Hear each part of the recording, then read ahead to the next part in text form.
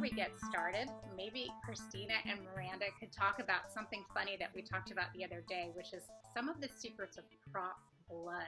Apparently there are different types of prop blood, and I wonder if you wouldn't mind starting us off just telling us a little bit about some of the secrets of making fake blood on stage.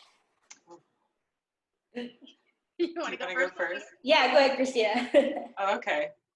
Well, when it comes to blood, you kind of have to read the script and you have to figure out how dead the person is in the script. I mean, that's pretty much what it is. If they're getting killed on stage, like Julius Caesar, then you're going to want something that flows and that's very, very red. Whereas, like, if you have a dead body on stage, it's going to be darker and it's going to be goopier. Which are, you know, I watch a lot of CSI. That I use that as my research. I love Law and Order, and I watch a lot of Law and Order. So then also you see a lot of, you know, how long the body's been there, and then, you know, and until discovery and everything. And yeah, I would say, I mean, you kind of have to see if it's fresh blood, if it's been around a little bit, it's a little darker. Like I made the pillowcase for Stupid Effing Bird, and that had to be like fresh bloods had to be really red, and a lot of it. Color mixing required. Yes, exactly. Yes. Didn't I pick such a cheerful topic to start with? But that's why people always ask about props, is blood. Okay, so what are the best ingredients for making fake blood? Ooh, it depends on whether or not it needs to be edible or if it needs to be washable. Yes, that's true. Yeah. I would say, I mean, I use a lot of paint, but that's if it's going to work, you know, if it's going to be staying power on there. And then Christina told me, because this is what the fake blood I used at Frankenstein was, Tide detergent mixed with washable paint. And that worked wonderfully because Jeremy was in a white shirt and then, you know, he would get blood on him occasionally, and then just had to work with that. So, but yeah, that was very good topic, because I was like, how am I going to do it? You know, but it worked really well. Though you have to be careful with the Tide detergent, because if you're then trying to mop it up, if you mop a little too vigorously, you've got an entire sea of bubbles on stage. Oh. So learn that one the hard way. Got to be a little bit careful with that. Otherwise, your drama becomes a comedy very quickly. Very bubbly blood. Like, whoops. Evelyn just says in the chat, chocolate syrup blood is always a favorite of mine. Mm-hmm. Oh, if it's edible, right. Yes, very important. Yeah. I had to do a fake tongue, like someone's tongue was cut out for a show. And I think I did do chocolate syrup, if I'm remembering correctly. And then like just dye, like the edible food dye. I think that's what I did. Yeah, and it worked out pretty well. It was very, oh gosh, that was a weird show. It was a Beard of Avon at the Pear. So yeah, that was wild. Well, I think now that we've talked about fake tongues, it's a perfect segue into fake food. To dinner, clearly. Clearly. And we've got more people in, so I think people are finding their way here. I don't know what the difference is. Sometimes with Zoom, maybe I didn't do anything different. The link seems to work for everyone else, so it's all good. Well, let's go ahead and whip up our faux feast. As I've said before, anyone you are welcome to have your cameras on or off, all up to you. And if you have questions, feel free to type them into the chat. I probably won't interrupt Christina and Miranda to ask them, but I'll hang on to them so that they can have the questions asked later on. Hello, Ellen. All right, so I hear that we're going to start with Miranda making a fake margarita. Take it away, Miranda. Yay. Okay. So this was a tricky one, because I kept trying to make it green, and now I was like, hang on, it's not green. I mean, sometimes they are green. Mostly they're yellow. So and I was trying to remember the last time I had a margarita, which was a while ago. But so I made it with resin just so it would stay longer, and it would last quite a while. So this is the finished product. What it'll end up being. And then the problem also I ran into was that it seemed very clear, And usually if they're blended margaritas, they're a little bit opaque. They're not quite as clear as you would think. That's what happened when I did it with just the green, and it looked like mojito, basically. So I used this, which is clear resin, and I bought it at Michael's. So there's two parts to it. It's a hardener and then a resin. So what you do, it's a 1-to-1 mixture. And it works pretty well. It's a little sticky, but I like it. And I haven't used this particular one before, but I did for this particular project. So what you do is you put these two in separate cups, and you want to make sure to use disposable ones, because if not, it's not going to come out. I learned that the hard way. It's going to be for sure sticking there forever. So what you want to do is put them in two separate ones, and then there's a couple different recipes that you use. One that I use. Sorry to interrupt you, but can you move your camera just a little bit, just to see what you're doing? Yeah. Let me fix that. Thanks for pointing that out, Sasha. Yeah. Oh yeah, no, that's a good idea. There we go. Much better. Thank you. So yeah, this is 1-to-1, and then what you also want to do is add the dye in as you're doing it. And this is a alcohol ink, which I've never used before, actually. I was learning a lot with this project, and it's used for a lot of different things, different types of crafting. But this one, you just put 1 drop in, and that's how I got that yellow color. And then what you do is you mix them together. And then what you want to do is stir the mixture for 2 minutes, and then that kind of gives it like it'll bubble up quite a bit, actually. And what you just mix it really well. And I was honestly surprised how well it mixed in, and I tried a lot of different things, like the colors, schemes, and everything, but this one just seemed to work the best, and I was really happy with that. So you're going to mix it really well, and it's going to be really goopy, almost like the consistency of like a pudding. And just want to keep mixing. And the alcohol inks I also found at Michael's, and they were pretty well stocked. One thing that I did notice about the craft stores is their paint is going kind of low on stock, and I think that's just because people are being really crafty right now and at home working on different things. But I had a lot of trouble finding just regular paint, which I'll use later. I was just really surprised. I was like, what's going on? But I was lucky to find that in store and everything. So you want it to be really bubbly, so then you know it's working, and make sure that the color goes all the way through, just so it doesn't get like little spots or anything, which can happen. But make sure that it's 1-to-1, and there you go. So see, it's very, very bubbly right now, but that will change as soon as we put it in the glass. So there we go. And then we put this in here. And so what I put in here actually is salt, just kosher salt that my parents had. That adds like just the opaqueness, and it looks like ice, which was crazy. And my parents and my boyfriend and I were all speculating and trying to figure out what to do. And he was like, use something. What about like fake snow? And I was like, okay, I don't know where I'll get fake snow at this time of year, but you never know. So then he said, and then my mom said, what about salt? And then it worked out perfectly. So now that this is all mixed, it's going to go in here and just pour it over the salt. And then what I did afterward, which helped a little bit, was to mix it with the salt, just a little bit, not too much, because you do want it to be at the bottom to look like ice.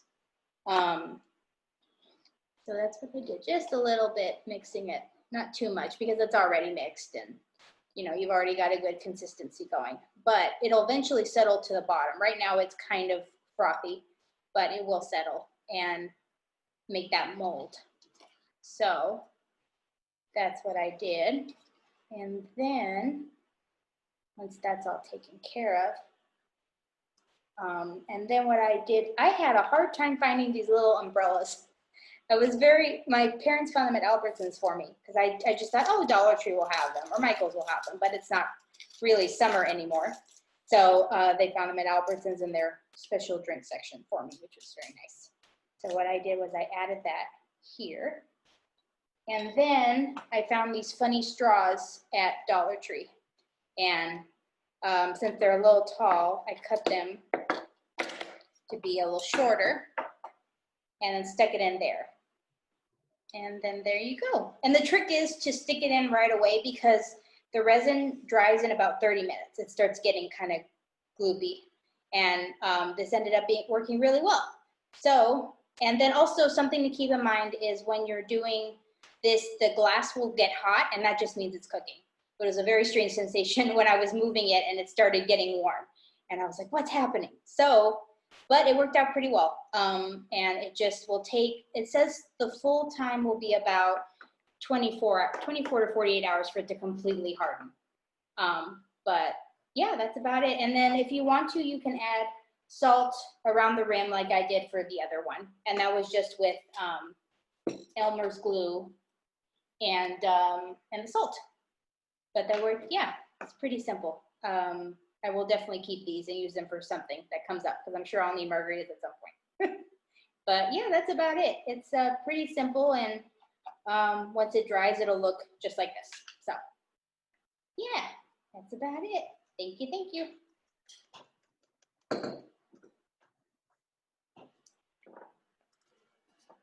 That's awesome, Miranda. So it does get pretty solid, you said, so that straws don't move around or anything? It does, yeah. It's just like completely, it just hardened really well. I was really impressed with, and nothing moves, and it's great.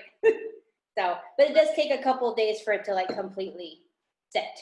So just be aware. And it might be because I'm in Bakersfield right now too. It's a little warmer. So it comes up pretty quick.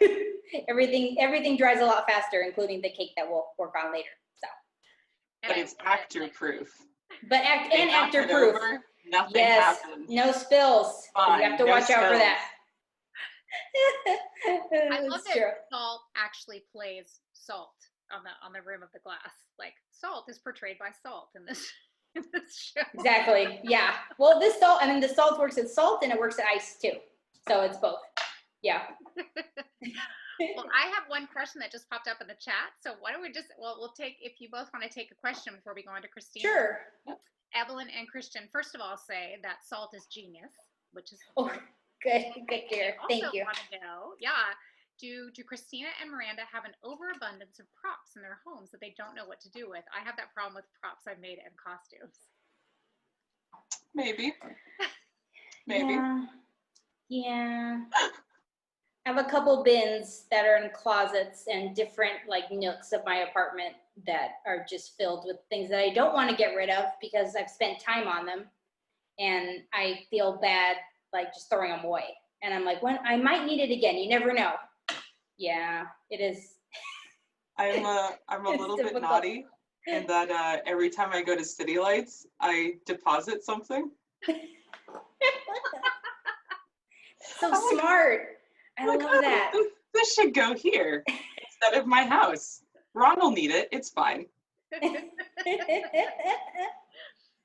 I like that idea. Yeah. They say, thank you for the validation. Someone tell Christina that this is perfectly acceptable. Yes. I like it. Awesome. No, it's just things that you don't want to get rid of. I mean, there's just a lot of good stuff. They might be useful. Or someone might be doing that show and then they need it. I mean, that's happened too. Yeah. And as soon as you throw it out, you will need it. It's true. And then it's gone. And then you have to start over. It's the rule of theater. Worth to live by. All right, Christina, you want to go next? What are you going to make for us? Yeah, I'm going to make spaghetti and meatballs. Yay! First rule of props, don't wear anything expensive because you will ruin it. I have discovered this many, many times the hard way. It's not glamorous to have paint on all of your nice clothes. Let's see, I'm just going to show you guys my workstation here real quick.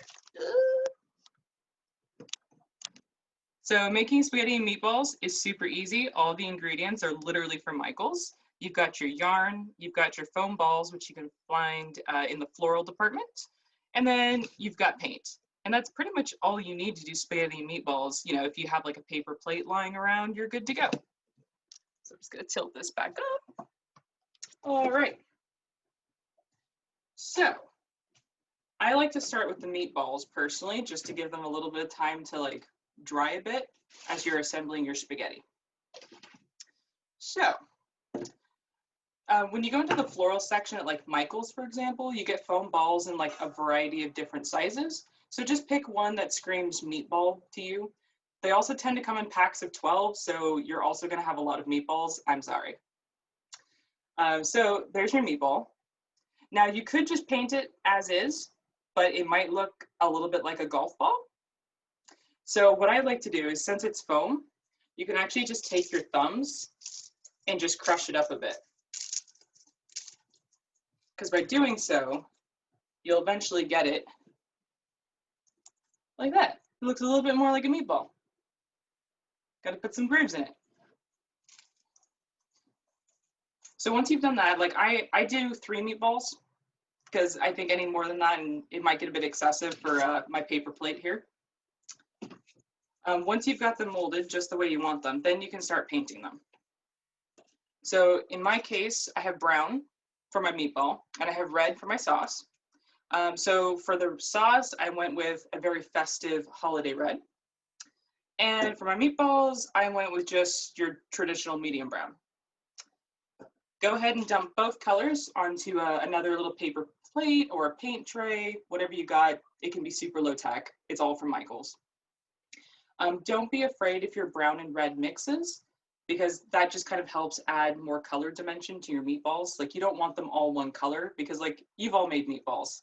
Like, you're gonna have your brown cooked meatball and you never get sauce perfectly on all sides of it. So it's okay if it looks a bit hapdash. I think that's better. So you got your meatball, little paintbrush, and you're literally just gonna have at it. Takes a couple minutes to do each one. Doesn't need to be perfect. The other thing is with styrofoam, you know how it's like really porousy, so you can always kind of see down into the holes a bit. Don't worry about it. Personally, I live by the 10-foot rule. So if you can't see the little pits and grooves 10 feet away, you're fine.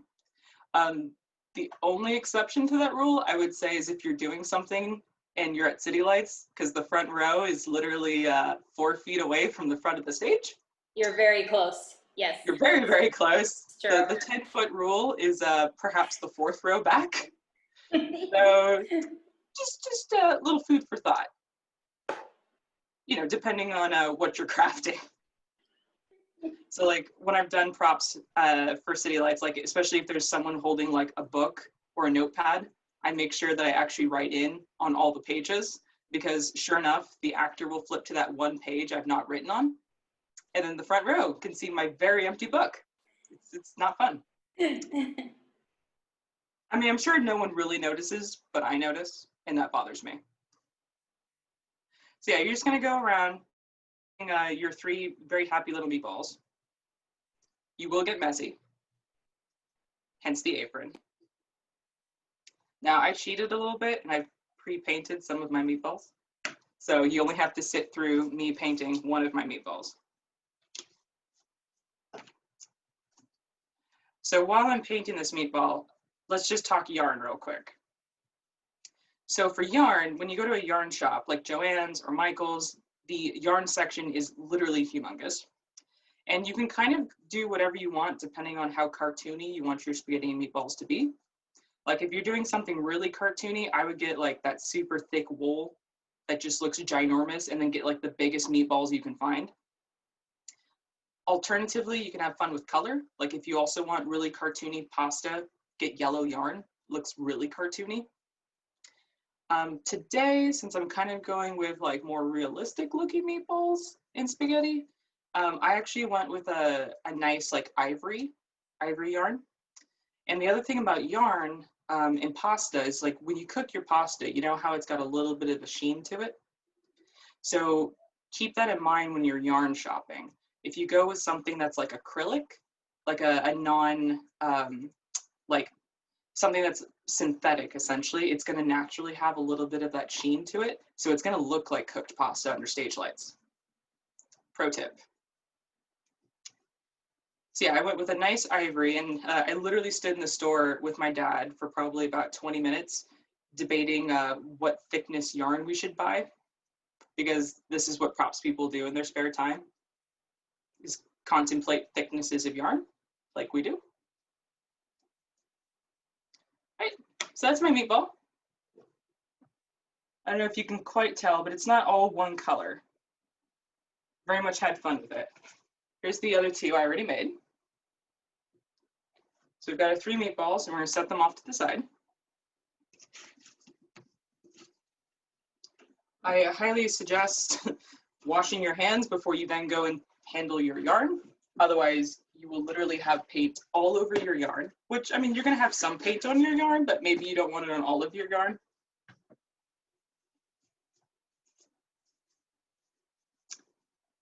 All right, spaghetti. So you've got your plate. If I was doing a show, I would get a plate that goes with the show. So like, for example, if we needed spaghetti and meatballs in Making God Laugh, I would have gotten a plate from like Goodwill or Savers, something that looks like a nice dinner plate. You know, don't use your own personal china because you are going to ruin it. I remember you bought all those beautiful sets of dishes at Savers. Someone donated an entire set to Savers. I don't know Yeah, who this crazy person is, but they were my hero because I bought all of it. It was gorgeous because it was so cheap. The whole set. Yeah. It was the whole set. Granted, I had to go scouring up and down 5 different aisles to put the whole set together, but I found all of it. I did find all of it. Then my yarn. So you can see I kind of went with a pasta size yarn, and it does have that kind of slight sheen to it. Now for a plate this size, you're going to need a lot of yarn. Otherwise, it's going to look like a really sad spaghetti and pasta dish. Yeah, spaghetti and meatball dish. There we go. Because like your meatballs are of a certain size. So then if you have a really pathetic pile of spaghetti, it's not going to look as fun. Also, if an actor is walking across the stage, you want to have enough of a pile so that it actually kind of looks impressive as it's going across stage. So just go ahead and cut up as much pasta as you think will do it. Plop it on down on your plate. So yeah, that looks about right. Now, once again, I could just plop this down as is, but knowing that spaghetti is not all one piece of pasta, just go ahead and strategically cut it in a couple places. That way you actually have some ends, because then it'll look a little bit more like pasta. The other thing I'm going to do is just put a couple globs of hot glue down on the plate. And this is just so that some of the yarn stays in place. Just in case your actor trips over something and your pasta goes flying across the stage. Stranger things have happened. Or you might intentionally want the pasta to go flying across the stage. To each their own. Okay. So there's your pasta. Now you get to do like the really fun gooey part, which is your pasta sauce. It's not glamorous. I'm gonna roll up my sleeves here. Tilt this down just a bit. All right. Literally, it's just like, here are my two paints that I literally used for my meatballs. We're just gonna get rid of those and literally just go all in.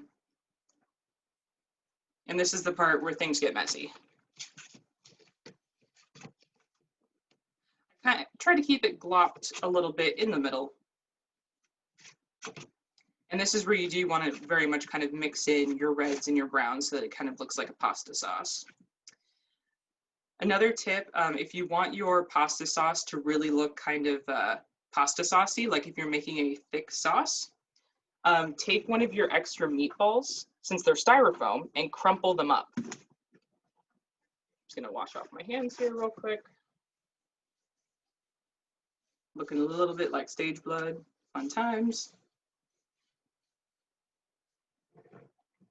Tilt that Yeah, if you take a meatball and crumple it up, since it's styrofoam, you can then work that styrofoam bits into your pasta sauce to make it like nice and thick. And you can put in some chunks that look, you know, about the size of onion bits or, you know, chopped tomatoes. And it just kind of makes that so much thicker, if that's the kind of pasta sauce you're going for. Or if, you know, if you're making like a fake lasagna. There we go. Once you've got your pasta sauce on your pasta just the way you like it, you can then go ahead and add your meatballs. Once they're just dry enough, I would just hit them with a little touch of hot glue just to kind of stick it down in there, just so they don't go flying off the plate. You know, unless once again, you want them to go flying off the plate. Could be an artistic decision. But yeah, just go ahead and plop them down, you know, artistically so, your little happy meatballs. Now, this whole project from start to finish takes me like 20 minutes, from like the very first paint stroke all the way to the end. You could very well send it on stage at that point, but I would probably wait until the next day once the paint has dried. Otherwise, your costume designer might get very upset with you, especially if their costume is white. Don't do that. However, once your meatballs are actually properly dry, it's a lot of fun. Because like here's my finished demo, and boop, not going anywhere. I could literally throw this across the room. Yep, it's still in one piece. It's good. It's good. I should go get that. Be right back.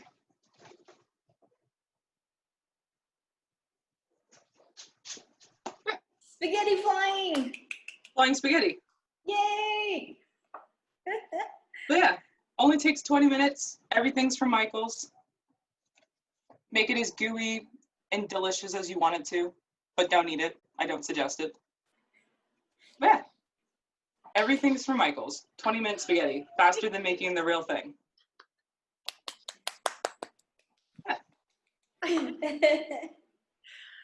Okay, Christina, we need to get you on stage as well. I did not know that you were so funny. She's hilarious. She really is. Yes. Yeah, Lisa says Michael should be sponsoring us. They should be. Yes. and Chris says, is that where the phrase throwing spaghetti at the wall comes from? A little bit of trivia. Both of you were talking about the play Making God Laugh, which was you were co-props designers on this, and it was a family show that took place over the decades. And I'm gonna just duck so you can see behind me. This is the set. That was Making God Laugh, designed by Ron Gasparetti. And a little bit late, I think when we're done, I'll show you another picture from that show, which is pretty much everyone's favorite prop the two of them have ever made. I won't show it now, but I'll show it at the end. You even made a video with it. We did, yes. Carol filmed it, yeah. Better stick around till the end so you can see the greatest prop in the world in the show. Oh, and someone, yes. I'm sorry. You've got an interesting screen name. I can't quite read it, but whoever you are, very smart person, you say Ron's sets are amazing. Yes, they are. And beautiful lighting too. I'll just keep ducking. I really love that set because when we would just, you know, have a downtime at the theater, we just go hang out in the living room. Like that's just it's a very comfy couch. It was, yes. Work on the set, exactly. Mm-hmm. Yeah, and then the dining room that no one ever really saw, but was over there. Other side. This. That side. Like the right way. I know. There was a dining room almost just off stage. We hardly ever saw it. But is that where your set of dishes went, Christina? To set that table? Mm-hmm. It was some of them, yeah. I think some of them went over there in the hutch. Yeah. We just wanted to see it, and the cast went in there at one point to have the family dinner. But it was just such attention to detail on that set that it was a whole dining room that you could barely see, but it was just fully fleshed out dining room. It was great. I think they ended one of the scenes in, like, they were all going to eat in there, I think, is what I remember correctly. Nice. And then the lights went down, but then that was it. I mean, they never sat down or anything. Like, they just walked over. Yeah. We just saw them cross the room, each with a platter of different things. Right. Yeah. That's true. Yeah. Great attention to detail. In the chat, thank you, Beverly. Beverly answered my question, my icebreaker question I had at the top of the show, or how are you creating this summer? Beverly says, I've been knitting on a second Afghan. Plus, I made some red and white socks for my daughter, who is a huge Red Sox fan. Oh, Love it. Knitting takes you away from the screens. It's so nice. Knitting is a great break from work and everything. Thanks, Bev. I appreciate that. All right. Well, let's jump back to Miranda. I think, Miranda, you're going to make dessert, right? yes, dessert time. Yes. All right. Here comes dessert. Okay, so let me move this down a little bit again. So what I'm making is a fake cake. My plan is at the end is to make it into like a tiered cake. But for now, this is what it is. So I am using this, which is spackle I bought at Lowe's actually, because the one at Michael's was like a mix your own plaster of Paris type thing. And I thought this would just be easier. So, and it really just looks like frosting. I couldn't get over it. And I'm putting it on, and I was having a lot of fun the other day, just putting it on by myself, and like, oh, I actually feel like I'm frosting a cake. So this was about, I think, $6, $7, something like that. And of course it has multiple uses. So, but it just makes it up really well. And start applying. And this, and this cake mold is also for Michael's, but they have all different sizes, and they have like the floral foam as well, or they have this one, which is just styrofoam.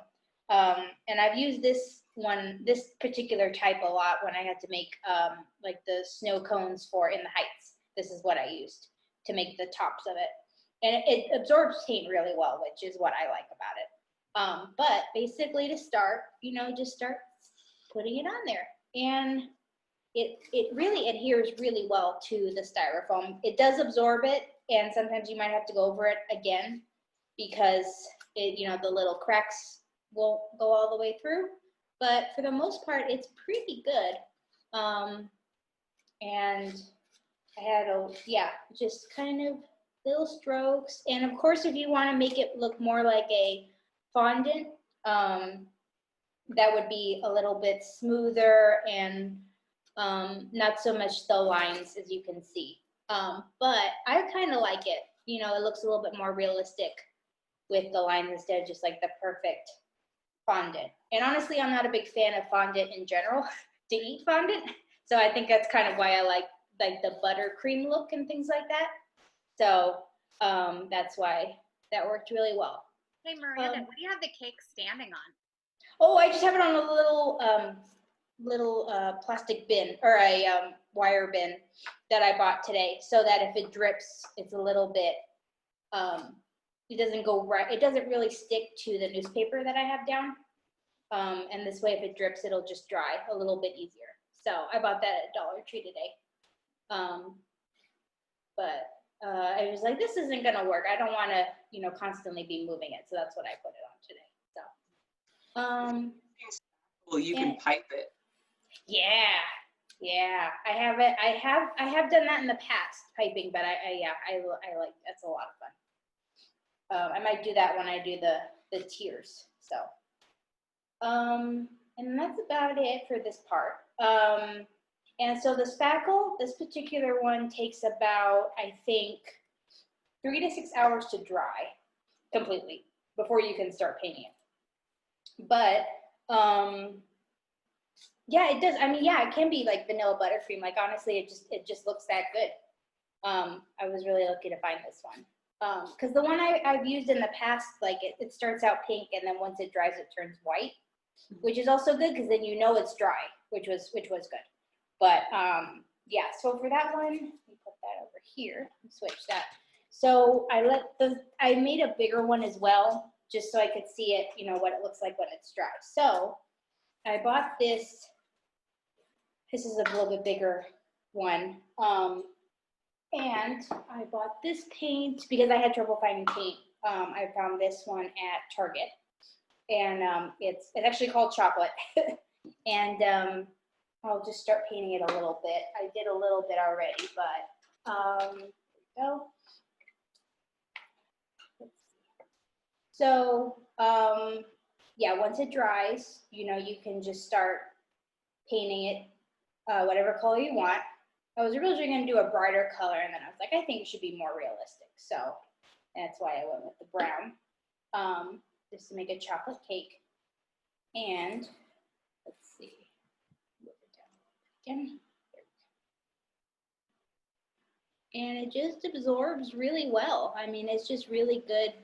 You know, the spackle, it's just really good. And also, like, I did notice some like little holes, like how you do with the styrofoam. And I was like, okay, that's not that important. I mean, yeah, if you're far away, it's okay.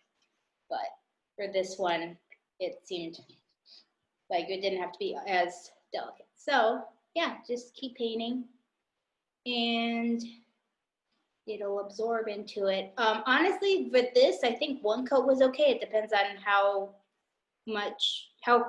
close people are gonna be to it. But it feels pretty, like it just did one coat and everything was really good. So I mean, that's how it looks once it's dry. And I was painting it and one of my kitties jumped on the table and tried to lick it. So they thought it was real. And I was like, get down, no, it's not. But they actually were very impressed by it. They were like, oh, it looks like a real cake. And they were very curious, as cats do. But yeah, it came out really well. I was happy. This one, I mean, the margarita took a little bit longer to figure out, but this one was pretty simple. So,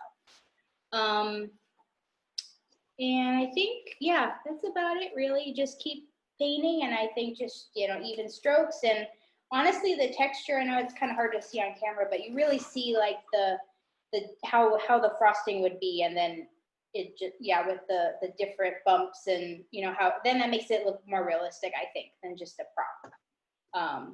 If you see the detail a little bit, but yeah, that's about it. This one was a lot of fun, and I'm gonna try to put the two together at some point and make a big tier cake, because that just sounds like fun. And get my creative juices going. So yeah. Miranda, Evelyn would like to know, do you airbrush at all? I never have, actually. Yeah, I don't think I have. I think it's because I mostly work inside and I don't have an outdoor space up there, so I've never really done airbrushing. But I would, yeah, I would like to at some point, because it's nice and smooth, and it's very easy. So I think I would like to try it sometime. Yeah. Well, there's a couple more questions there, Yeah. specifically about cakes. Dutch would like to know, ever try adding dye or paint tint to spackle? I was going to do that with the spackle. I was going to mix it in already, but I figured I should wait. But Christina's got something. I made the mistake once of using food dye. Oh, didn't work. No. Oh. As I've discovered, food dye leaches out of spackle. So it looks really pretty, and then the next day you wake up and it's already gone pale. Wow. So don't use food dye, but I'm sure paint dye would work just fine. I had food dye in the house, so I was like, it's free. I shouldn't have cut that corner. Didn't work. Nope, that was a corner that should not have been cut. Well, good. No, that's good, because I might have tried it at some point. Yeah. Don't do it. It's a trap. Okay. That's good. Lisa would like to know, what would you use for sprinkles? Question for both of you. I think I would use sprinkles. You could just use sprinkles. Yeah. Yeah. I mean, and they're really cheap. They're so cheap. They are. Yeah. All right. So you could probably use confetti. Like if you go to a party supply store and you just get some like if you can find like non-shiny or confetti, like the paper confetti. Mm-hmm. Yeah. Mm-hmm. But yeah, I just use sprinkles. Though if you're gonna use sprinkles, I'd probably make sure you do some sort of a spray paint clear coat or something on top. Yeah. So it'll stick. So it sticks, and then also like if you're doing a show that's outdoor theater, some critters might think it's delicious. Or even some indoor theater. Or indoor theater critters. So shellacking them or something sounds great. Yeah, that's what I would do. Yeah. Well, you made the cake for Rapture Blister Burn, right? Did that have sprinkles on it? It did. It did? Yeah. That was also the cake where I tried food dye. Yeah. That was a great cake because they had like the little toy cars on it and everything. Yeah, those are my was brother's fun. Hot Wheels. I stole my brother's Hot Wheels. Cute. Yeah, it was. I remember seeing, and it was on stage like so fast. And Yvette brings out the cake, and then I was like, "It's gone," and because I wanted to see more, and then I saw it backstage. But The first cake I made was like this big by this high, uh-huh. and then Ginger was like, no, I want a bigger one. And so then I had to make a big. It was the sheet cake. The sheet cake. Yeah. I had to like splice together different sheets of floral foam just to like. And I went through an entire container of spackle. My goodness. It looked really good. I remember it. I remember it very clearly. I was just disappointed it wasn't on stage longer. I do remember thinking that. It's probably for the best. You don't want to get too close to it. You would have seen the cracks. It was good that it was a flyby. Well, we've got a few more questions. Questions are adding up. Well, why don't we'll answer a few more questions, and then we'll do Christina's last thing. Let's see. I'm going to scroll back to make sure I don't miss anything because there are a lot of nice questions popping up. Let's see. I'll finish asking the ones about the cake, and then we've got some more general ones. Would you still use gum paste flowers or use something else for decor on a cake? I don't know if I've ever used gum paste. I don't think I have either, actually. All right. I might need to make myself a mental note. Yeah, to check that out. Try gum Yeah. paste. Okay, note taken. Yeah. I'll let you know at some point. Note taken. Yeah, we're all learning here. Sasha, also what clear spray or shellac do you recommend? I just get a clear spray paint. Like, just go to the local hardware store. Because like when you buy a spray paint, you can usually pick the sheen. So you could do like a matte, a semi, or a full gloss. Right. I would probably do a semi so that you get like a little bit of a tint, or a little bit of a sheen, but not like, don't go full gloss because then it definitely screams I'm fake. But like, I feel like most cakes have at least a little bit of a little sheen to them. But They do. Yeah. Mod Podge is really good too. I mean, they have like that spray that's really clear and is shiny. I've used that for a couple things, and yeah, that one works really well too. You just have to let it really dry because if not, it's sticky. That's the only problem. But that clear spray paint is great. Yeah. The other thing you could do is go with a matte spray paint, but then pick up a bottle of clear nail polish, and then you can just strategically make certain points glossy, as opposed to the whole cake. Smart. Love it. Yeah. Anne wants to know about the flowers. So you just pipe flowers on with spackle. Yeah, you can pipe it. Put it in the piping. Yeah, tool. the piping bag. Yeah. You do have to move quickly because it'll start to dry on you. So I wouldn't necessarily fill a whole bag the way you would with frosting. You're going to want to strategically little bags as you go along. Well, I'm going to throw one more question at the both of you, and then we'll save the other ones till the end. But this is a more general question about how you two came to prop design. Did you take classes? How'd you get into this particular line? Yeah, Accidentally? I'd say that's a good estimate. Yeah, for me too. Yeah. I was at undergrad at San Jose State, and I needed a part-time job, and the scene shop manager was hiring. And so he took 2 people, 2 out of the 3, and kept them in the scene shop to build sets with him. And then he just kind of looked at me and went, I'm just going to throw you in the prop room. And I had no idea what a prop room was. And so he just kind of opened up this room where it's like, it just looked like the whole room was going to swallow you whole. And he was like, here, organize this. This is now your responsibility. I had the job for 3 years.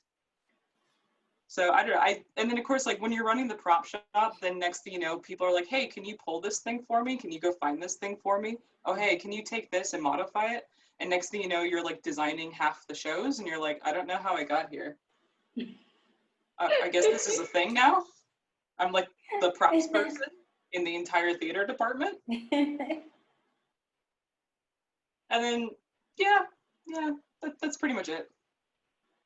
Yeah, I started stage managing in high school, and then I went to I was graduating from college, and they had an opening for a props designer for the summer in Shakespeare, Orange County in Garden Grove. And I was already down there, and I stayed this summer and just kind of learned as I went. And then eventually, and I moved up here because some friends were like, they need designers, they need props people, they need stage managers, come on up. And came up and met people. And then I met Pat Tyler, and she's taught me so much and has lent me things and help. And like, Pat, I need this, what do I do? And she's helped me so much, which is wonderful. And then just kind of learning, you know, there's really great websites out there that help you and have full videos of tutorials and things like that. It's really wonderful.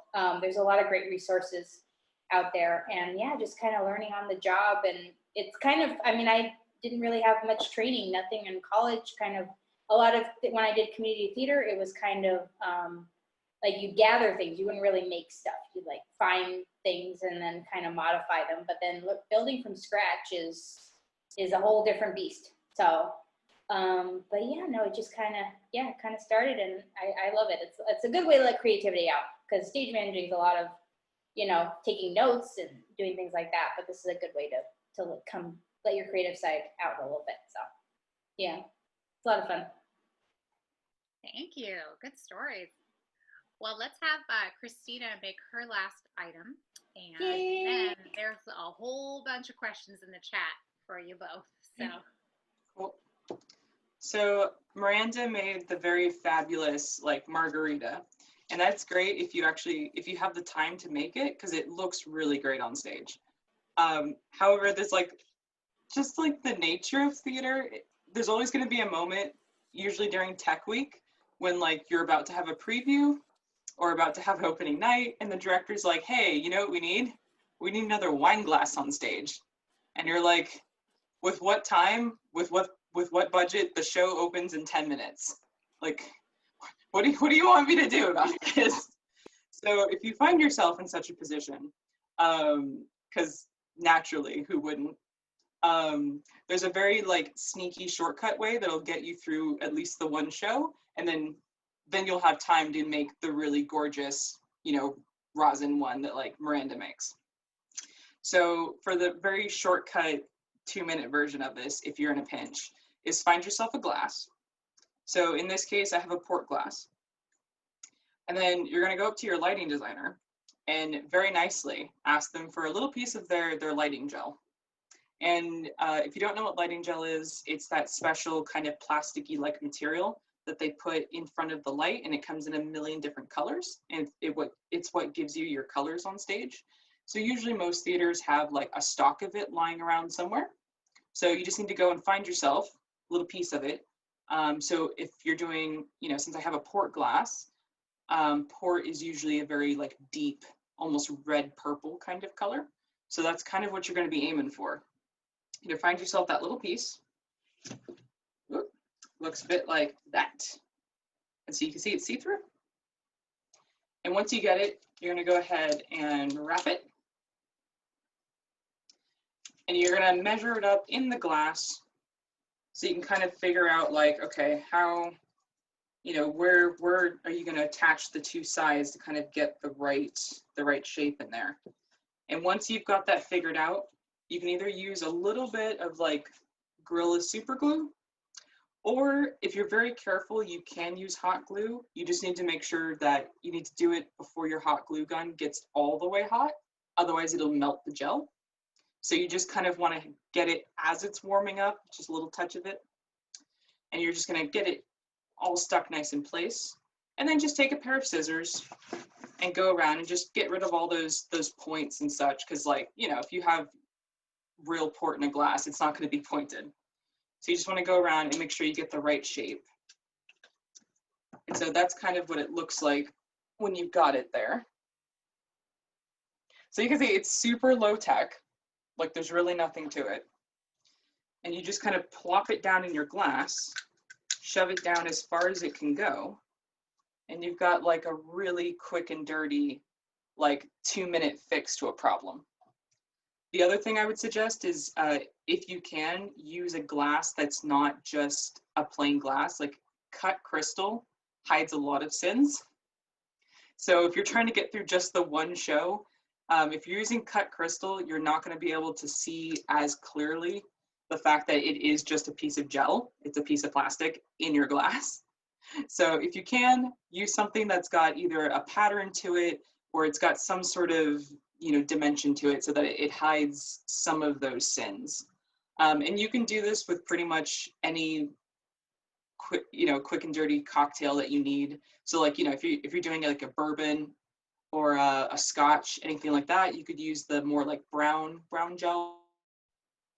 If you're doing champagne, really pale yellow or yellowy orange. And then of course wine, any shade of like red, depending on what kind of wine you're trying to mimic. I also just happen to have a ton of gel books. So I literally, don't tell my lighting friends, but started pulling gel out of my gel books to make this. So I may or may not be missing some colors now, but that's okay. But yeah, gel books are a great resource for free gel. Granted, the pieces aren't very big, but I mean, if you're just doing a glass of port, you don't need that much. So I did cannibalize my gel books.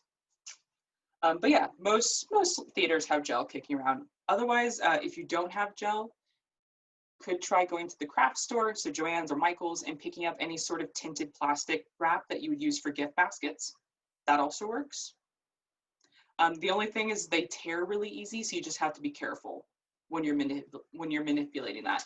Gel doesn't tear nearly as easily, which is why it's kind of my preferred go-to, and also because there's usually tons of it just sitting around when you're in the theater.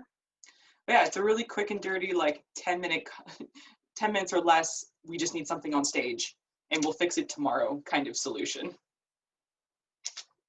That's my little port glass.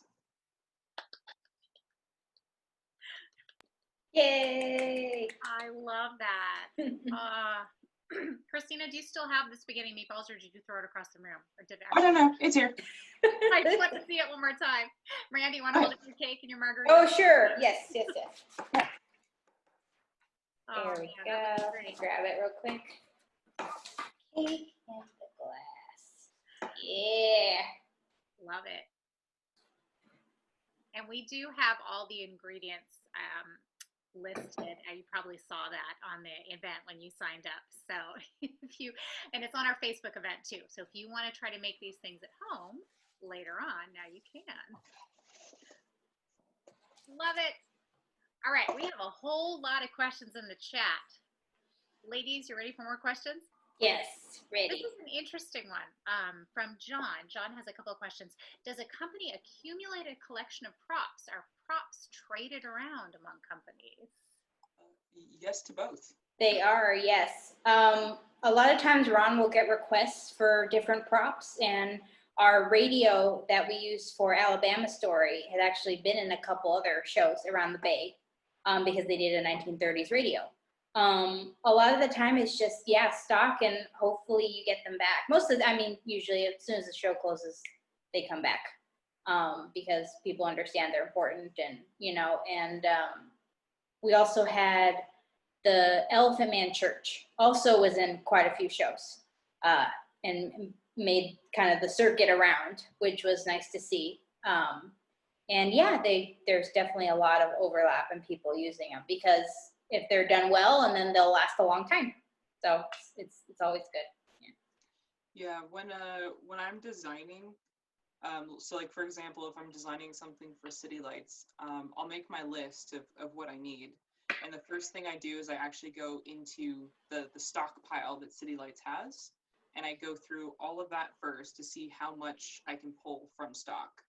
And then from there, I can then generate a new list of like, okay, what do I have left? What could I not find? Like, what does City Lights not have?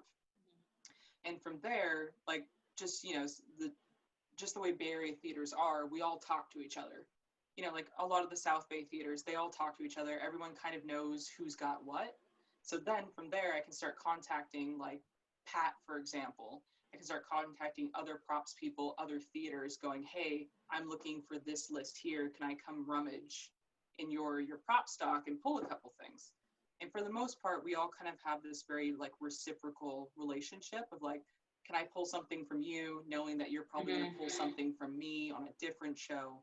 And so, we all kind of beg, borrow, and steal in order to kind of keep budgets as low as possible, and also to free up budget so that if we need to build something, we have money to do so. I have a very specific question here. We went from kind of a big question. This one's very specific. I really like this. Lori wants to know, when using a tray of drinks, how do you attach the drinks to the tray if the actors are using the drinks during the show? I use magnets, but sometimes it doesn't work well. Yeah. I've done magnets. I've done magnets.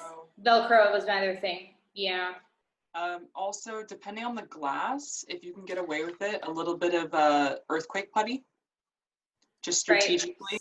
Stick it on there. Mm-hmm. Yeah. Yeah. No, I think I've mostly used magnets, but yeah, sometimes they just don't work, especially if you have liquid in them, like real liquid. Just doesn't work. Yeah, it's tricky.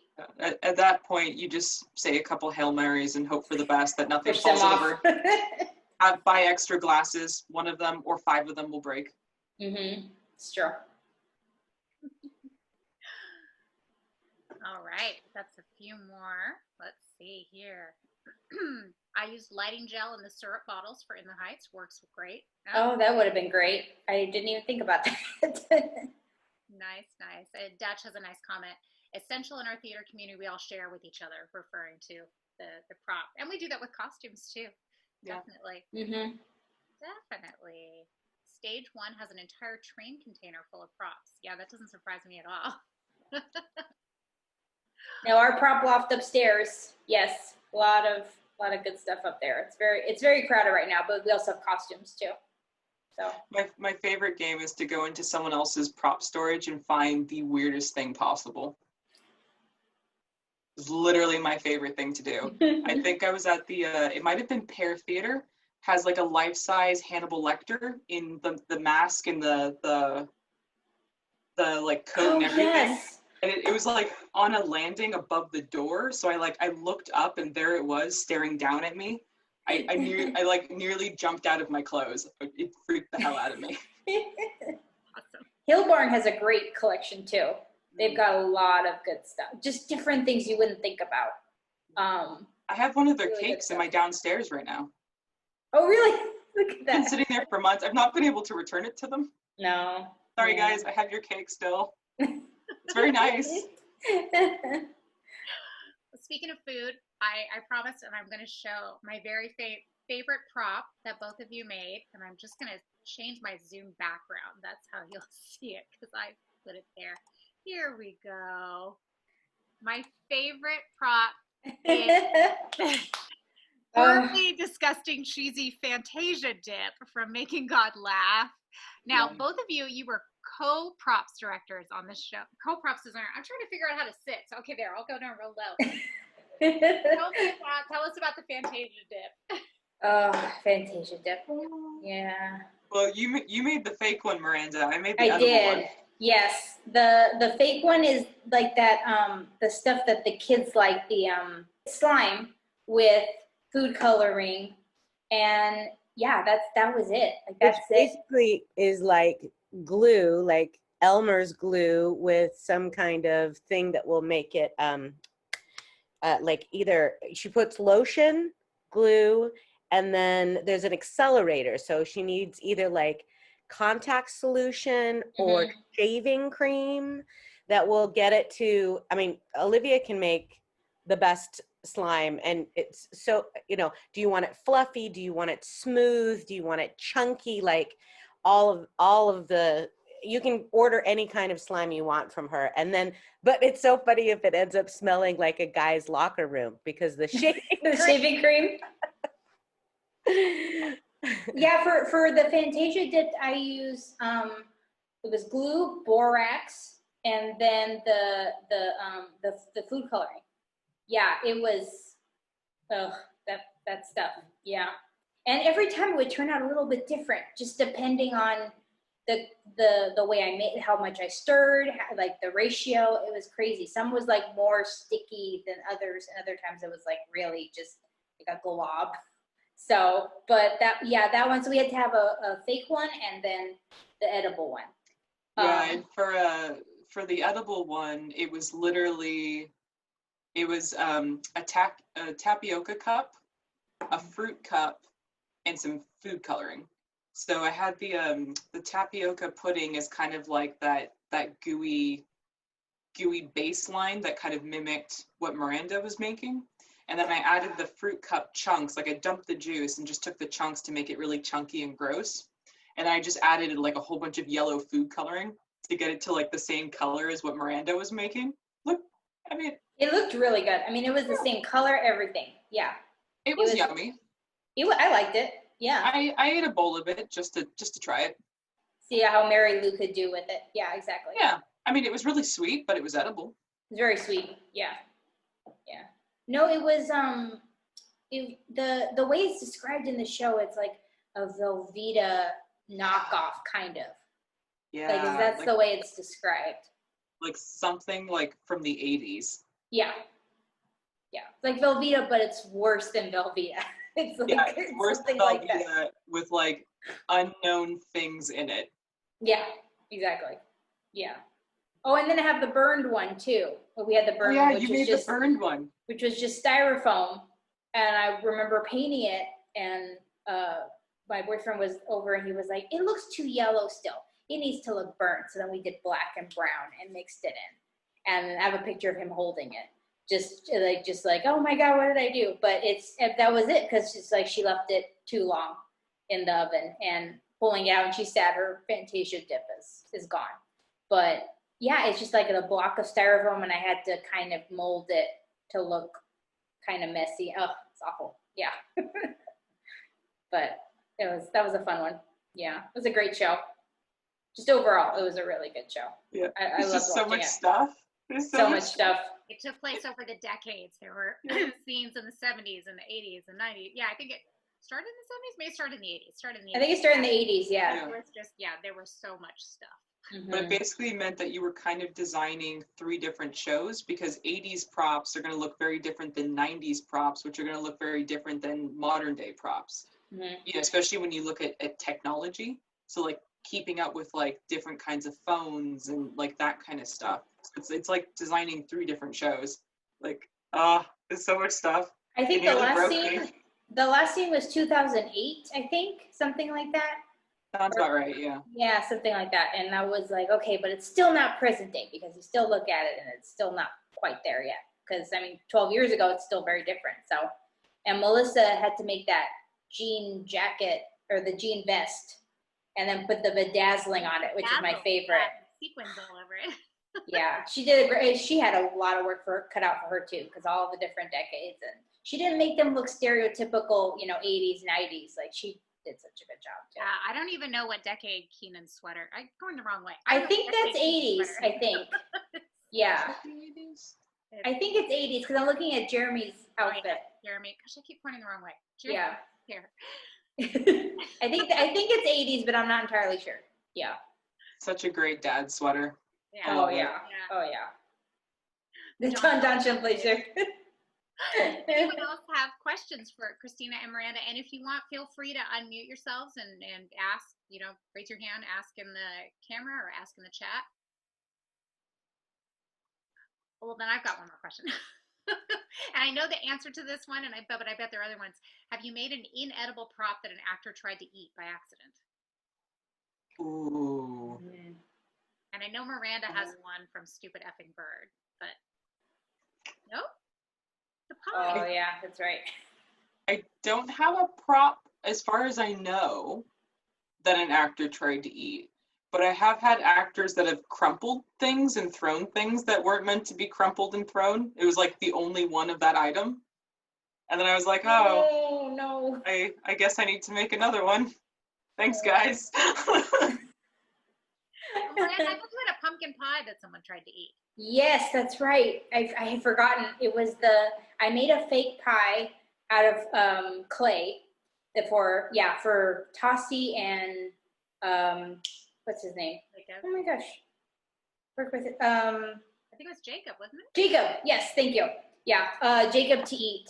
But then they wanted it to look like a whole pie, but not them eat the whole pie. So then they put fake pie slices into the container. It was like a big French white type thing. And then Tossie stuck his fork in the fake one. So at the end of the show, like I just tossed it because I was like, I'll be able to use this again, but there were fork marks all throughout the pie where he had stuck it, mistakenly. I think that when you have real edibles on stage, though, it takes your jobs to a whole nother level. I think that is so hard. I mean, you're both so crafty and I think I know that you both get such a kick out of like, ooh, how will I make that? So pulling stuff is awesome and sharing is awesome, but I've seen both of you get excited about like, can't wait to figure out how to make this. But when people are eating and drinking on stage, I feel like it gets really tricky. Like when we did August Osage County, there was so much food in that show. And we didn't have a real problem. I mean, I actually can't remember who did props for that right now. I feel bad, but it was a while ago. But the iced tea that we used for the bourbon had to be changed out all the time. Otherwise it would get moldy. Like, it's just so hard. But I just have so much respect for you designers. You do such a good job. Thank you. Indeed. Oh yeah, In-N-Out fries, yeah. Yeah. Oh yeah. I mean, I went to Safeway and I asked, okay, what would be the fries that look the closest to In-N-Out fries? He's like, well, when I want In-N-Out fries, these are the kind I buy. Or if I want McDonald's fries, these are the kinds I buy. I'm like, okay, great. And it was their own brand, and they were very easy to just warm up in the microwave. But I remember I was like, I got the right guy to help me. He was wonderful.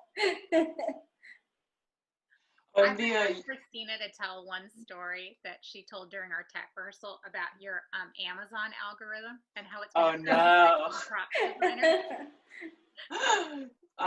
Well, I mean, like most props people, I have an Amazon Prime account because you never know when the director is going to ask you for something 48 hours before opening night. So it's like if I can just prime it directly to the theater, that's great.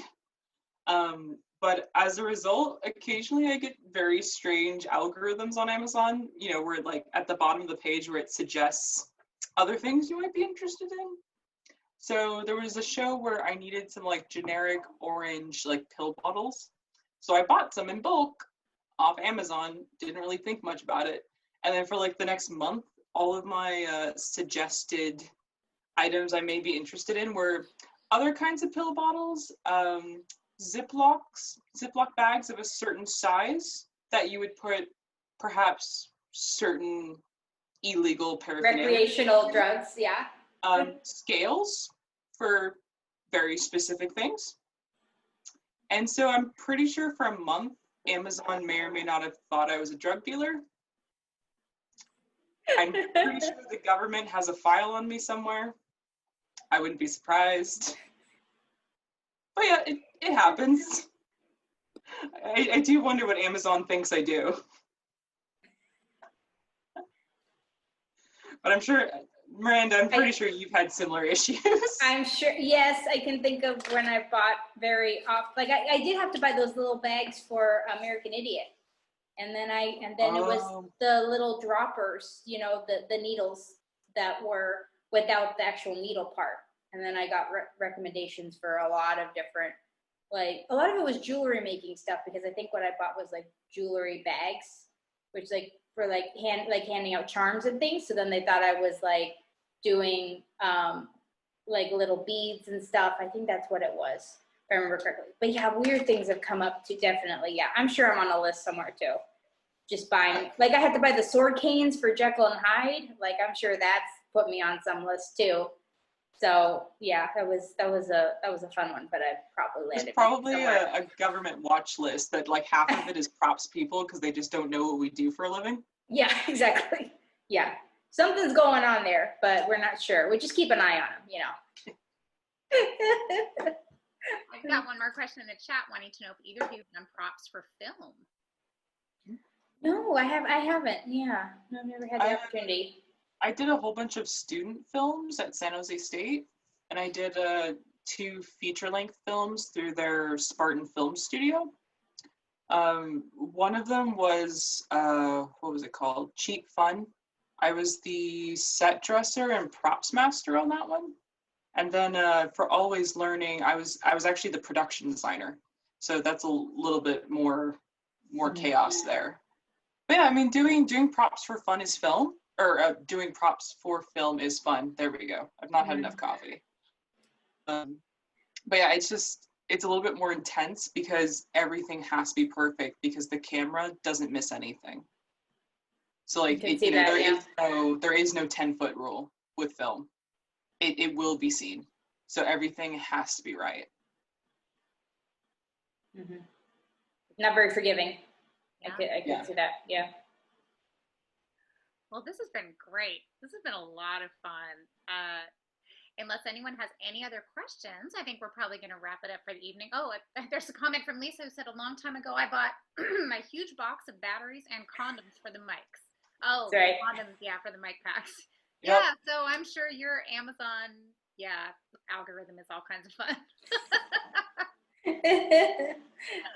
Well, thank you everyone so much for being here tonight. For those of you who are new, the next stage is a weekly series, live streaming in video. We have all kinds of artists on from our community, and we just have a great time, as you can see.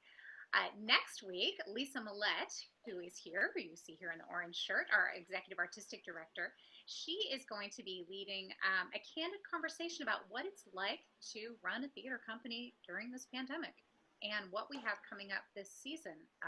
It's not all bad news. There's a lot of exciting stuff to be thrilled about for this season.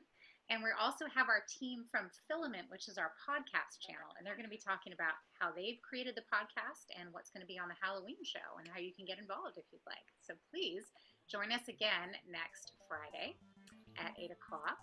And thank you, Christina and Miranda, so much. This was Thank so you. much fun. Thank you. It was fun. Thank you so much.